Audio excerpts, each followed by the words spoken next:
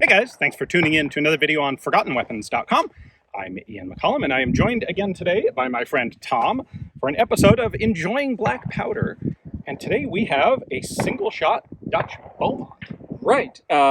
These are a really cool single-shot design. I mean, yeah, they're the standard split breech, bolt action, but the bolt design is what makes it really cool. In order to be different, instead of having a coil spring in the back like virtually every gun ever like this, it has a V-spring inside the bolt handle. So see, there's a little screw there. You can actually remove the front piece of the bolt handle, and you got a big V-spring in there to power the firing pin.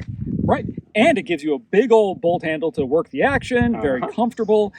There are a couple of downsides, though. Well, you can't really bend the bolt handle over to make a cavalry carbine so much. So the Dutch ended up actually purchasing Remington rolling blocks to use as carbines and short rifles instead of cutting down, instead of making short versions of the Beaumont. And not many other people adopted Beaumonts. These are actually pretty darn scarce guns to find today in the single-shot configuration. Yeah, most of them got converted later on by the Dutch to the 71-88 pattern Beaumont Vitalis. Right. But other than the Dutch, I know France bought a couple to test against the Graf or Chassepot conversions, but that's really pretty much it. The Chileans did use them, but total production on these is less than 140,000 guns overall. So this one actually is pretty cool. This came out of Ethiopia by way of Royal Tiger Imports. It's actually got an Ethiopian Lion here over the date. And what's neat here is Ethiopia got these before the Vitali magazine conversions, and they kept them and they never updated them. And so this became one of the rare sources for unconverted. It's converted. The very first pattern of Beaumonts had a safety back here, and they got rid of those fairly early, but still single shots, a 71-79 pattern. The other cool thing about this is the Ethiopians didn't appear to get much Beaumont ammo, and so the bore of most of these, despite the outside being a little crusty, the bore is in great shape. So I'm really curious to see how it shoots. Well, I think we find out. All right, let's give it a try.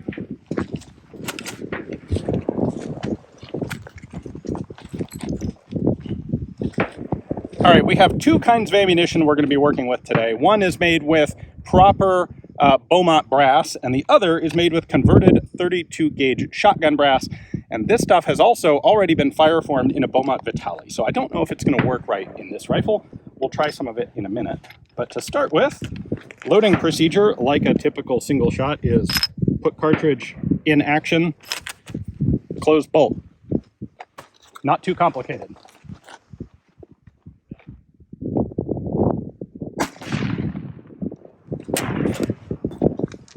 And my rear sight here has been bent. So you can't actually see the rear sight because I think an Ethiopian goat stepped on it and bent it.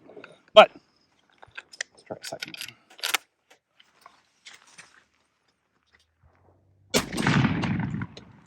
Well, the lack of sights doesn't seem to be hurting. Well, I lifted the sights up a little bit so I can see them now. Okay. Our target's not that far away. All right, let me try one of your 32 brass.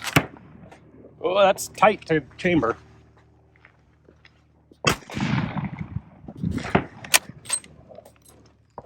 Seems to work okay, though. You want to give it a try? Yeah, let's see how this goes. Now, I've shot the Beaumont Vitalis a lot, but I've never shot an original single shot. Let's see how different it is. I'm going to go out on a limb and guess that it's not really different at all. Yeah, that feels exactly the same. Just instead of being able to grab more ammo from a magazine, it comes from a pouch. That one's tight. It seems to be building up some gunk. Yeah, there's a little bit of gunk in there, and that fire-formed brass is a little tighter to chamber. But it seats and eats. And it's about to eat the nose cap. Let's go ahead and put that back on. Get back on there, you.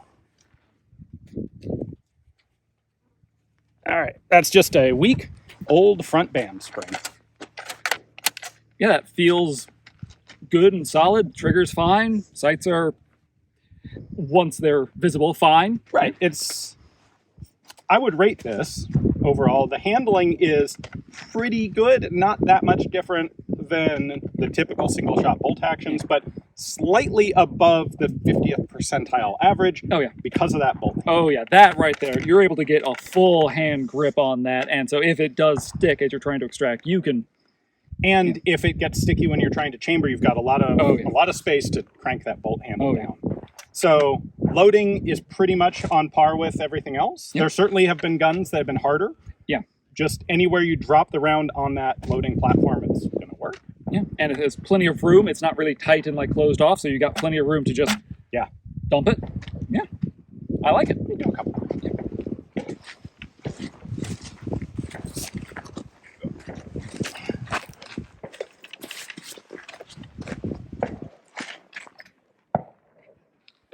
So I'm going to do this by grabbing the cartridge and kind of nosing it into the chamber area and drop it on. That's a nice fast way to get it in there. Not particularly positive ejection on these, but the case does come out. Oh, these are getting tight because it's kind of grungy.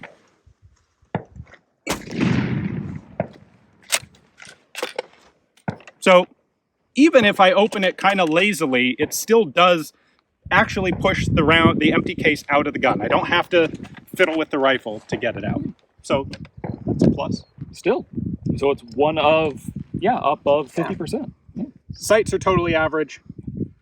Action's a little better than some. Yeah. Trigger's not great on this one, but I have actually shot your Beaumont Vitali. It's got a really nice trigger. Yeah. So I suspect the stiffness in this is probably some Ethiopian grunge still. Well, century of gunk. Yeah. All right. You want to try this for speed? I think we should. Yeah. 7 rounds. I'll go first. All right. Some of us have to have a closed pouch that's difficult to get to. I see how this works. All right. So as always, starting with a closed bolt, empty chamber. 7 rounds, rapid fire. On the clock. Make ready. Ready, stand by. Stand by.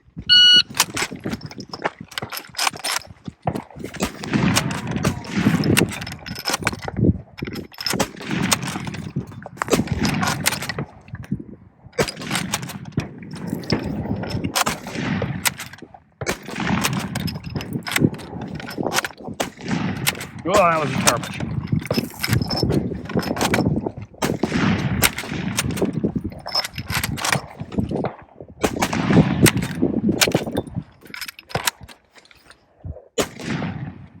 Making that look easy. Woo! 28.52. Yeah. So under 30 seconds. I noted that it was sticky, but you have so much real estate to push on that you feel it gets sticky, but it doesn't even slow you down. It's great. So when you're shooting it right-handed, you're able to hold the gun out here and you can push against your other arm to close it. For me, I didn't really have the leverage to do that, but it really didn't slow me down that much. It was definitely getting sticky. But I was able to push through that.